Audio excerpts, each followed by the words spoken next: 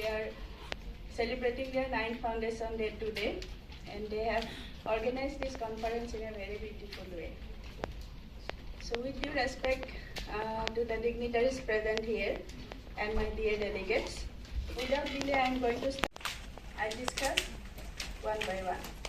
So first we'll talk about immunization. As per WHO and UNICEF, preventable infectious diseases cause 2/3 of the children's death worldwide. Without immunization, epidemics of many vaccine-preventable diseases could return, increase an unnecessary illness, disability, and death among children. If we go through the background of immunization, in 1978, it was expanded program of immunization. Then in 1985, it was renamed as Universal Immunization Program. In 1997, it was included in National Reproductive and Child Health Program, and ultimately in 2005, it was an integral part of National Rural Health Mission.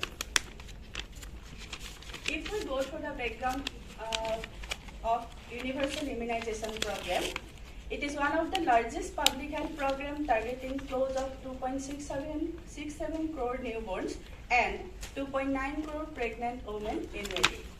It is one of the most cost-effective public health interventions and largely responsible for reduction of vaccine-preventable diseases under 5 mortality rate. The two major milestones of UIP is that elimination of polio in 2014 and maternal and neonatal tetanus in 2015. It is the immunization under Universal Immunization Program. Immunization is providing free of cost against 12 vaccine-preventable diseases, that is nationally against 9 diseases and subnationally against 3 diseases. And these 3 diseases which we are giving immunization subnationally, that is in endemic and epidemic areas, and these 3 vaccine-preventable diseases are mainly rotavirus diarrhea, pneumococcal pneumonia, and Japanese encephalitis. And other 9 diseases are, all of us we know about that is diphtheria, pertussis, tetanus, polio, measles, rubella, severe form of childhood TB, hepatitis B, meningitis, and pneumonia caused by HIV. So what is the criteria for full immunization? That means in which condition you will tell or you will consider that a child is fully immunized. If a child receives all due vaccine as per national immunization schedule within first year of age, then we is to consider the child as fully. About what are vaccines? These are biological components, and these are the most useful, safest, modern, medical, and cost-effective ways of providing immunity to a child against a large spectrum of infectious diseases. It eradicates dreaded diseases like smallpox, and more recently helped in achieving the elimination of polio and neonatal and maternal tetanus in India that killed millions across the globe. So why vaccines are important? Because it is a key factor in determining a baby's survival. It decreases infant mortality rate. It contributes to an undisturbed development process of children. It decreases the socioeconomic burden of disease of the family and protect the child from common infection. So if we see how the vaccines work, then vaccines evoke an immune response from body by introducing it to the disease-causing agent. This causes that body is already equipped to fight the infection because of this immune memory, and for which the child will not get the disease, or if they get also, or if they are sick also, they will get in a milder form. Some vaccines confer lifelong immunity in one dose. Some vaccines require multiple doses at particular intervals to build up immunity, but no vaccine is 100% efficient in preventing a disease, but it may cause a milder form of disease. So what is the current status of immunization in India? As per the latest WHO UNICEF estimates national immunization coverage, India has successfully reduced the number of zero-dose children to 1.1 million in 2022 from 2.7 million in 2021, covering an additional 1.6 million children with life-saving vaccination. if we see the data on child vaccination in India, over the last 2 decades, India as a nation has made significant progress in immunizing its newborn by enhancing preventing health coverage through several government initiatives, subsidization, provision of vaccine for free, and widespread vaccine awareness. If we see the data from NFHS, National Family Health Survey, starting from 1 to 5, we can see an increasing trend of fully immunized child ranging from 35% to 76%. But despite all these efforts, here are some shocking facts to highlight how far we still have to go when it comes to immunization in India. These are UNICEF reports that only 65% of children receive full immunization. And statistics show that in India, nearly 1 million children die before their 5th birthday. And 1 out of every 4 deaths is due to pneumonia or diarrhea, which remain the 2 leading infectious causes of child death.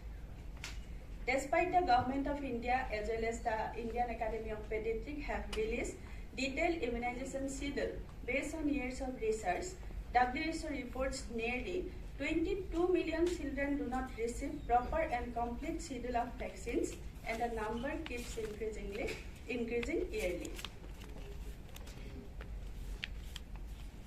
So what are the goals of immunization? Mainly 2 goals are there. First one is immediate, that is prevention, and another one is ultimate, that is eradication. If we see the general precaution before vaccination, the main precaution before giving any vaccine is that we have to keep the vaccination record safe and get it filled at every visit, which helps when the child falls sick. So you have to encourage the parents to keep the vaccination record safe. Inform doctor regarding any pre-existing illness, allergy, or has had issue following vaccination of the child in the past. And monitor the child for 30 minutes after vaccination. Short-lasting and self-limiting local reactions may have such as redness, pain at the injection site, and the child may have mild fever. We can continue breastfeeding or give complementary feeds even after vaccination. We have to inform regarding the possible side effects, and we have to ask them to contact doctor immediately. If child has any of the following signs following a vaccine administration, like high fever more than 40 degrees centigrade, turns unresponsive or limp, continuously cries for more than 3 hours and is inconsolable, and more important thing is that convulsion. We have to try and adhere to the schedule strictly, then consult with the physician or pediatrician if a vaccine is missed. And if the vaccine gets missed, we have to ask them to get it as soon as possible. And if the child is unwell when they are scheduled for a vaccine, then we have to advise them or we have to recommend the best possible time frame for the child to get the vaccine. We have to avoid the myths, rumors, and falsehoods that are spread regarding vaccines and which lead to the incomplete immunization.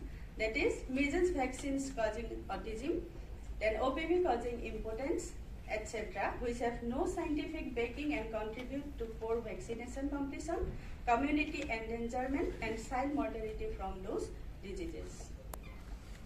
After all, we have to make all efforts to ensure a comfortable vaccination visit, not to a panic one, as it makes the child more fearful of the process. So, if we see the trend of routinely recommended vaccines for children and adolescents, then we can see that in 1985, 8 vaccines were included. In 1995, 11 vaccines were included, and in 2013, 17 vaccines were included in the immunization season. If we don't talk about the Mission Indradhanush, okay, because it is one of the part of universal immunization program, and the another name of the Mission Indradhanush is rainbow vaccine. Why it is known as rainbow vaccine? Because what are the 7 colors of the rainbow is there? It represents the vaccines. Okay, 7 vaccines are included here, and these are the 7 vaccines included under Mission Indradhanush. Mission Indradhanush, it was launched in December 2014, It aims at increasing the full immunization coverage up to 90%. It focuses on pockets of low immunization coverage and hard-to-reach areas where the proportion of unvaccinated and partially vaccinated children is highest. There are total 6 phases which completed, covering 554 districts across the country. And the results: first 2 phases increases in full immunization coverage up to 6.7% in a year, and the 5th phase is covered up to 18.5%. And this 5th phase is known as intensified mission Indradhanush. So what are the new vaccines? Except that 7 vaccines, what are the new vaccines are included in mission Indradhanush? These are IPV, inactivated polio vaccine, rotavirus vaccine, tetanus and adult diphtheria, measles and rubella vaccine, pneumococcal conjugate vaccine, and J, Japanese encephalitis. So if we see the classification of vaccine, all of us we know about that. Mainly 2 types of vaccines are there, that is live attenuated and inactivated. And again we are having the bacterial and viral vaccines. So if we talk about the National Immunization Schedule or the schedule from IAP, Indian Academy of Pediatrics. So at birth, in a very nutshell I'll discuss. At birth, the BCG vaccine is there, we can give up to 1 year. OPV 0, we can give up to 15 days. And hepatitis B, we can give till 24 hours. At the age of 6, 10 and 14 weeks, OPV, first, second and third dose, which we can give till 5 years. Pentavalent vaccine, first, second and third dose, till 1 year we can give. FIPV, that is fractional IPV, 1 and 2, first and second dose, we can give at the age of 6 and 14 weeks. IPV, inactivated polio vaccine, at the age of 14 weeks. Pneumococcal vaccine 1 and 2, that is we can give 6 and 14 weeks. And rotavirus vaccine 1, 2 and 3, that is first, second and third dose, till 1 year we can give. Though we have to give at 6, 10 and 14 weeks. These are 2 vaccines, influenza and typhoid conjugate vaccine. Influenza vaccine we have to give at 6 months and 7 months. Then at the age of 2nd year, 3rd year, 4th year and 5th year. And typhoid conjugate vaccine at the age of 6 to 9 months. These are not included in our national immunization schedule. At the age of 9 to 12 months, we can give MR first dose. Till 5 years, we can give. Nowadays, we are not giving MMR under national immunization schedule. Then meningococcal vaccine. This is also not included in national immunization schedule. J first dose and vitamin A first dose. By the age of 12 months, we are giving hepatitis A first dose. This is also not included in our national immunization schedule. And by the age of 12 to 15 months, we are giving pneumococcal vaccine booster dose. MR, nowadays we are not giving. And varicella first dose. This is also not included in our national immunization schedule. By the age of 16 to 24 months, we are giving BT first booster, OPV booster, IPV first booster, J second, MR second, and vitamin A. And after that, at 6-month interval till 5 years of age, we are giving vitamin A till 9 dose. In 18 to 19 months, again we are giving hepatitis A second dose and varicella second dose. 5 to 6 years, we are giving DT second booster. Then every 10 years, IPV second booster. By the age of 9 to 15 years for the girls, we are giving human papilloma virus 1. Then after, within 6 to 12 months, we have to give the human papilloma virus 2 second dose. This is not included in national immunization schedule. And at the age of 10 years and 16 years, we are giving TD vaccine. So if we talk about hepatitis B vaccine, for hepatitis B vaccine, there no need to give any booster dose because whatever dose the child has got, that is first, second and third dose, there only the child is to get lifelong immunity. So what to do if the child is born from a mother with hepatitis B? So as soon as the child will get birth from the mother with hepatitis B positive, we have to give a injection known as hepatitis B immunoglobulin, and after that we can continue the regular schedule, and it will give 95% almost effective in prevention the transmission of the virus of the newborn, and it is a safe vaccine. Before introducing the hip vaccine into national immunization schedule, it is the commonest cause of meningitis. It can cause mild infections such as ear infection or severe infection like pneumonia, infection of the bloodstream and meningitis, which may result in brain damage and deafness. If we talk about the FIPV and IPV, many times the parents used to ask that as they have given OPV or IPV or FIPV, whether they will give the pulse polio to their child or not. Definitely, we have to advise them that though they are getting the OPV, FIPV or IPV, they have to give pulse polio till 5 years of age.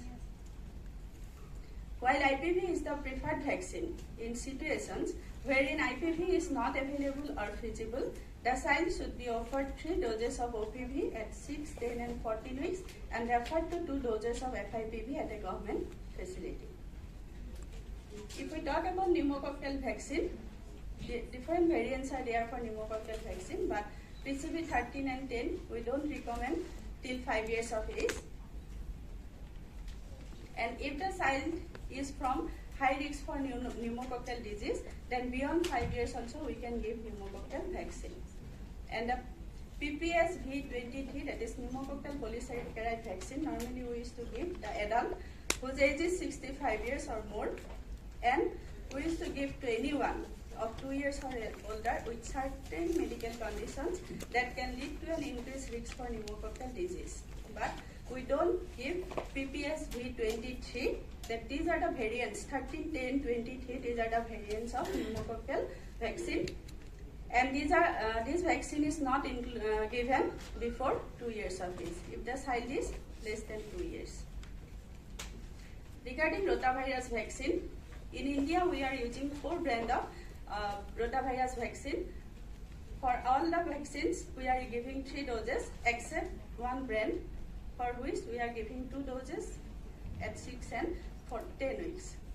And the first dose must be administered before 15 weeks of age, and the last dose must be administered by 8 months of age. And breastfeeding can be given before and after rotavirus vaccination. The MR vaccine, it is also available in combination like MMR and MMRV. Okay, MMRV means varicella. And MR, predominantly we are giving in the government sector. Regarding JI vaccine, we used to use the 3 variants in national immunization schedule, which we have included, that is SA14-14-2, we are giving 2 doses, and another one is ZIV and GenVac. It is made from the dead virus, and it is given in 2 doses schedule to children of 1 year age onward, and the second dose is given at least 4 weeks after the first dose. And till now, there is no any recommendation for booster dose of JE. Who should receive actually the JE vaccine? So, all children above the age of 9 months residing in district, both rural and urban, declared as endemic by the government of India should receive JE vaccine. Then adults from certain hyperendemic district, and mainly we used to give more importance among the travelers. Travelers to endemic areas during the transmission season, that is monsoon season, intending to stay for long period in endemic areas, and coming for short term, that is less than 1 month, will visit rural areas and have an increased risk for mosquito bites and or are not sure of their travel plan.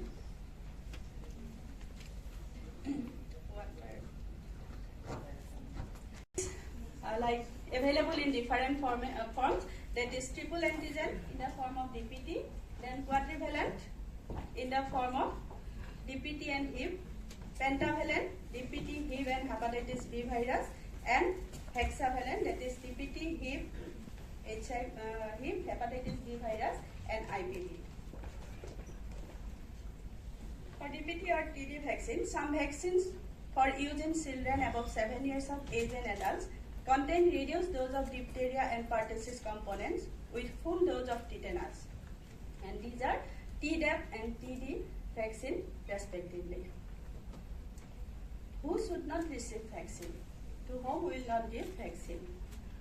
History of serious allergic reaction, weakened immune system or severe combined immunodeficiency, pregnant women accept TD vaccine, The children receiving vaccine in the preceding 4 weeks. Symptomatic infants born to HIV positive mothers, we are not giving BCG vaccine. Mothers treated with drugs in pregnancy which weaken the immune system, we are not giving BCG. If family history of unexplained death in the first year of life till the infant is investigated for any diseases causing weakened immune system, we are not giving BCG. If the child is having the history of multiple fits and altered consciousness after previous dose, then we are not giving DPT or DT. Any infant with a previous episode of intussusception, we are not giving rotavirus vaccine because rotavirus, as a complication or side effect of rotavirus vaccine, the child may have intussusception. If the child is having a history of received blood transfusion or products recently, we are not giving MMR or MR vaccine because one of the side effects of MMR or MR vaccine is it used to reduce the platelet count. So what are the side effects of vaccine? Common side effects of vaccines are soreness or redness, swelling around the injected site, fever or chills, muscle ache, mild rash, irritability, headache, anorexia, tiredness or lethargy, ringing in the ears, nausea, vision sense, vomiting, dizziness, diarrhea, abdominal pain. Then some specific side effects are there for some specific vaccines. That is for MR vaccine, the specific side effects are there that swelling in the glands of cheek or neck, temporary pain and stiffness in the joint, seizure, and low platelet count may cause bleeding or bruising. The side effects for rotavirus vaccines are diarrhea, though we are giving to prevent diarrhea, but side effects of rotavirus vaccine is diarrhea, one of the side effects, then vomiting and intussusception. So how we can prevent COVID-19, though it is a recent and controversial thing, but then also as per WHO, children and adolescents above 5 years of age with comorbidities that put them at significantly higher risk of serious COVID-19 may be offered vaccination alongside other high priority group. And COVID-19 vaccination of children in the age group of 15 to 18 years was started from 3rd January 2022. So with this, I am coming to the conclusion of the first topic, that is update on immunization.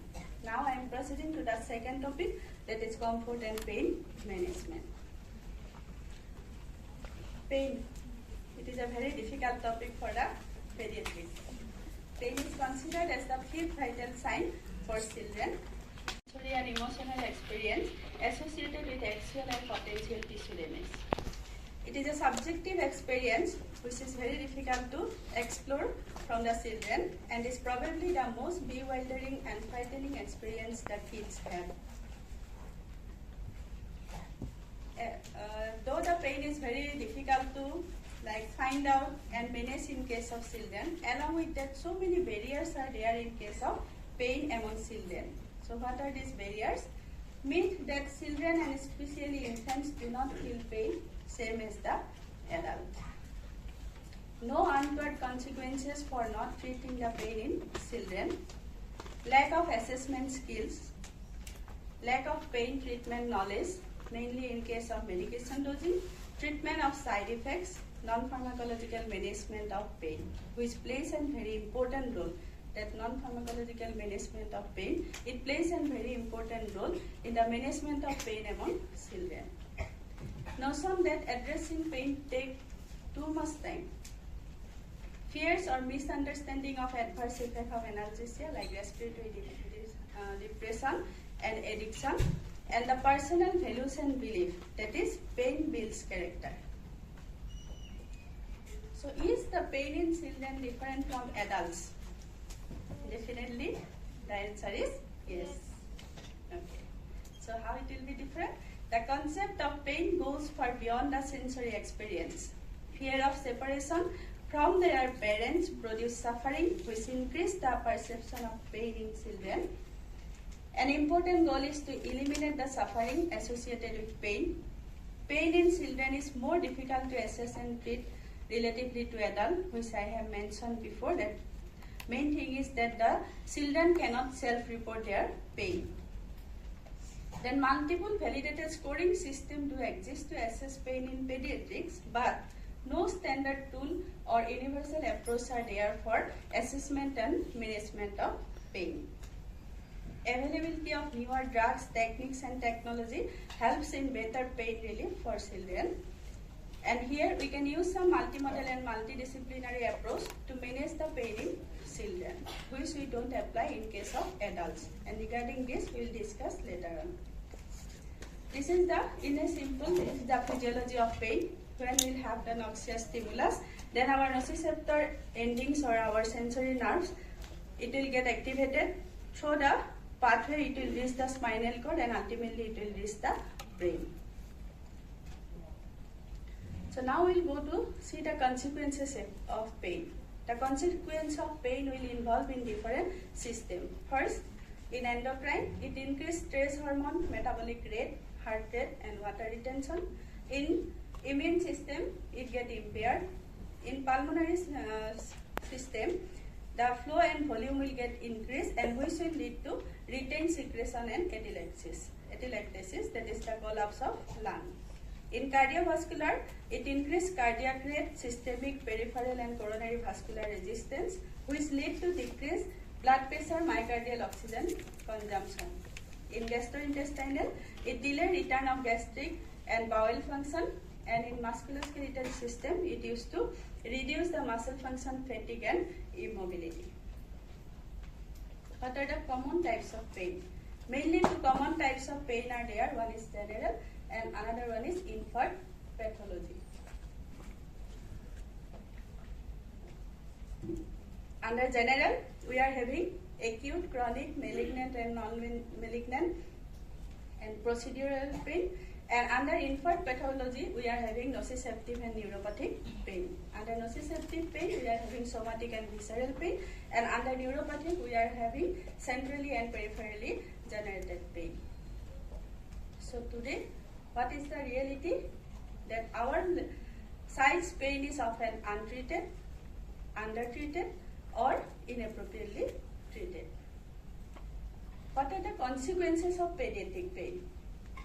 The consequences mainly that painful experiences for child, not only for the child, it is to involve the family. It impairs the quality of life. It influences family as a whole. It increases rate of hospital admission and uncontrolled affects all areas of life. So why it is the need of pediatric pain assessment? First, to assess the pediatric pain, we need an appropriate intervention. We need to have accurate valuation of pain. For that, self-reporting, as it is subjective experience, but thing is that before 5 years of age, we cannot use the self-reporting as a tool for pain, assessment of pain. Then observation and behavioral assessment tools, different tools are available. We are going to discuss about that. Then pediatric pain assessment, it depends upon an age, developmental status, type of pain, and a situation in which pain is occurring. Regarding self-report of pain, it is the single most reliable indicator of the existence and intensity of acute pain. However, consider whether the child is competent to provide such information or not. We have to select an appropriate scale and we have to ask them in a trustworthy environment, assuming that the number the child reports in that scale, it will be believed by the healthcare provider. If we talk about the behavioral assessment of pain, it is mainly used for under 5 years of age, the patient who cannot self-report, and we need a very good behavioral scale to assess the behavioral pain.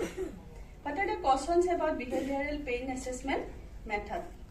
First one, it includes critical thinking. There must be input from family members, and we have to have the rational decision making, that is trial of analgesics to see if behaviors of child improve or not. What are the advocacy in pain management? The patient is the authority on his pain, we have to accept the report. Recognize that pain thresholds and level of thresholds are variable. It is to vary according to the individual. we have to take appropriate action and we have to avoid expected response for interventions. What are the pain assessment, pediatric pain assessment tool? Different pain assessment tools are there depending upon the age of the child. That is, for neonates it is different, for infant it is different, for the children who can speak also it is different. For neonate mainly we are using the neonatal infant pain scale, pain rating scale like NPRS, that is neonatal pain rating scale, comfort behavioral scale, and distress scale. For infant we are using FLAC scale, that is face, leg, activity, cry and consolability scale. For verbal children mainly we are using, verbal children means who can speak or talk properly, communicate properly. For them we are using the scale of 1 to 10. We can use face scale or some other numerical scales are there that we can use. And most important thing is there, we have to observe the non-verbal clues from the children. So one by one we will see. It is numerical pain scale. It is usually used for the age of more than 12 years. We have to ask the child to rate their pain from 0 to 10. And it is, as the ordinal number will increase, that means the severity of pain will also get increased. This is one of the scale which we are using for under 3 months of age for both pre and full term, that is neonatal infant pain scale. Here we are having 5 parameters, that is facial expression, cry, breathing pattern, arms, legs and state of arousal. Here we are having 3 scores, 0, 1 and 2, lowest is 0 and highest is 2. And if the child is having 0, that means he is having no pain. If the child is scoring 1 to 2, mild pain. For moderate pain, the score is 3 to 4, and if the child is having score for more than 4, then it is considered as severe pain. Next one is cries. It is also used for the neonatal pain assessment. Here also we are having 5 parameters. Crying requires oxygen for saturation more than 95%, increased vital sign, expression and sleepless. Here also we are having score ranging from 0 to 2, and if the score is less than 4, we have to initiate non-pharmacologic measures, and if the score is more than 4, we have to initiate pharmacologic and non-pharmacologic measures. This is the comfort behavioral scale. It is having 8 parameters, that is alertness, calmness, respiratory, physical, blood pressure, heart rate, muscle tone and facial tension. For each parameter, we are having score from starting from 1 to 5. So lowest score is 8 and highest score is 40. And score, if the score is within the range of 17 to 26, generally indicates adequate sedation and pain control. This is the FLAC pain scale. Here also we are having 5 parameters, that is face, leg, activity, cry and consolability scale. Here also same, the score ranges from 0 to 2. If the score is 0, that means the child is relaxed and comfortable. If the score is 1 to 3, that means the child is in mild discomfort. If the score ranges from 4 to 6, the child is in moderate pain. And if the child is having the score range from 7 to 10, that means the child is in severe discomfort of pain or both. This is another scale, that is Wong-Baker Faces Pain Scale. The children, they are very fond of it. Okay, 3 years and above, we can use. It is one kind of visual analog scale. The pain score ranges from 1 to 10. If the child is having no pain, that means the score is 0. If the score ranges from 1 to 3, the child will have mild pain. If the score ranges from 4 to 6, the child will have moderate pain and severe pain. If the score ranges from 7 to 9, very severe pain. And if the score is highest, that is 10, that means the child is having worse pain. This is one kind of pain assessment scale, that is non-verbal pain scale, which we used to use for the patient who cannot communicate. Here also we are having 5 parameters, that is emotion, movement, verbal cues, facial cues, position. Assessment scale tool is there, that is critical care pain observation tool. Here also Score ranges from 0 to 2, and the parameters are like facial expression, body movement, muscle tension evaluation by passive flexion and extension of upper extremities, compliance with the ventilators, that means in case of intubated patients, and vocalization for extubated patients. So before also we have talked about the multimodal and multidisciplinary approach treatment. So under pharmacological treatment, we can use non-opioid pharmacologics like NSAIDs, then adjuvants, opioids as clinical appropriate. Next one is the interventions like regional anesthesia, injection, and spinal cord stimulator. Most important one is the non-pharmacological management to distract the mind of the child, and last one is the rehabilitation service, where it includes physical therapy and occupational therapy. These are some pain medication which normally we use for the children.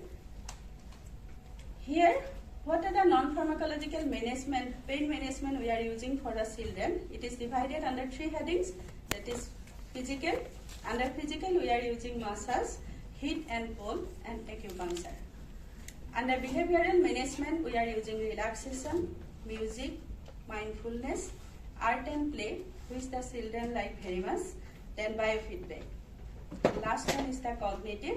Here, distraction, behavioral, imagery, and hypnosis. These are the main non-pharmacological management we are using under the heading of physical, behavioral, and cognitive therapy. So how do we comfort a child in pain? We have to provide the child with items for distraction, which is very easy to manage. Refocus their attention onto something they enjoy, such as playing game. Encourage the child to use their imagination and focus their attention onto telling a story. The children like to listen story as well as they like to tell story. Provide opportunities for comforting tasks such as holding and cuddling. And what are the take-home points regarding the pain assessment and management for children? We have to assess pain by using an age-appropriate tool, which is very, very important. Consider starting an around-the-clock regimen. Continually assess pain and modify medication regimen appropriately. And when we have to call the doctor, when there will be persistent or worsening pain despite appropriate analgesic treatment. And when we will transfer the child to the higher level of care, when the child will develop respiratory depression with opiates. So these are all about my second topic, that is comfort and pain management. Yeah. So it is a very new term, not a new term. Till now it is not implemented so much. So I will try to give some knowledge on that, and if you have any contribution from your side, you can put it. So here I am going to discuss with 2 case scenarios regarding pediatric care. So first case is that an 18-day-old term neonate presented to the emergency department unresponsive with sepsis and presumed meningitis. Blood and CSF cultures confirmed group B streptococcus infection.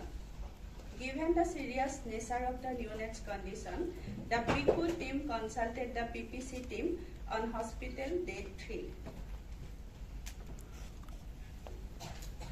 With aggressive life-sustaining measures, the neonate survived but sustained significant brain injury, remaining comatose with absent gag reflex and insufficient respiratory effort. The PPC, that is palliative care team, met with family frequently during the infant's hospitalization to provide support. Both should focus on life-threatening measures. As the severity of neonate's neurologic condition became clear, family goals slowly shifted toward a comfort-focused approach. Ultimately, after a family meeting with extended family presence, the parents chose to focus solely on the infant's comfort and discontinue all interventions that were prolonging suffering, including the ventilator. The neonate died peacefully in his mother's arms shortly thereafter. The second case, a 15-year-old boy with Hunter syndrome was well known to his hospital's PPC team. Many years earlier, his family, knowing the progressive nature of the disease, has chosen to focus on his comfort and quality of life. Enzyme infusion successfully reduced his pain and symptom burden, and he was rarely hospitalized during his first decade of life. Recently, however, he had experienced increased seizure with frequent aspiration events. After an episode of severe pneumonia requiring hospitalization and non-invasive ventilation, his parents were asked to speak with the PPC team. Together, they devised an advanced care plan for their son that included an out-of-hospital do not resuscitate order. Utilizing the concurrent care for children requirement from the Affordable Care Act, the family chose to continue enzyme infusions while he also received home hospice care. 9 months later, the child had not been rehospitalized and was doing well. So the family discontinued hospice care but maintained the out-of-hospital DNR order. His parents continue to focus on his comfort and quality of life. So whatever case scenario I have discussed, that is case scenario 1 and 2, both are in different scenario. That is, one child with sudden critical illness and another one with chronic disease to live what their families felt was the best quality of life as long as possible under the circumstances of their illness. So what the statistics says regarding PPC? People younger than 20 years comprise 40% of the global population of least developed nations. The number of children, that is neonates, infants, children, and adolescents up to 19 years of age who need PPC each year may be as high as 21 million. Almost 2.5 million children die each year with serious health-related suffering, and that more than 98% of these children are in low and middle income countries. While estimates differ, there is no doubt that there is an enormous need for prevention and relief of suffering among children for PPC. And each year, more than 8 million children require specialized hospital care, palliative care. In response to the large-scale unnecessary suffering of children, the World Health Assembly resolution on strengthening of palliative care as a component of comprehensive care throughout the life course emphasizes that access to palliative care for children is an ethical responsibility of our health system. Statistics. So who is the founder of PPC? In India, that is M.R. Rajagopal. And he is an Indian palliative care physician, basically an anesthesiologist, and professor referred to as the father of palliative care in India. What is the progress of PPC in India? PPC in India amounts to providing palliative care in localized areas. Kerala is the only state which provides palliative care in all districts through government and NGO participation. In India, PPC is provided as part of general palliative care, but still we have a long way to go for separate PPC centers. A PPC program was launched by the IAPC in 2010, which focused on pain relief in HIV positive children, children suffering from cancer, thalassemia, and neurological condition. This project was launched in the Maharashtra state and was funded by the Department of International Development, aimed at addressing the complex issues related to the care of children and families facing chronic life-limiting illnesses. It is a specialized comprehensive care approach to improve the quality of life of infants, children, and young people diagnosed with a serious long-term life-limiting and life-threatening illness and supporting those who care for them. These are some references. Thank you.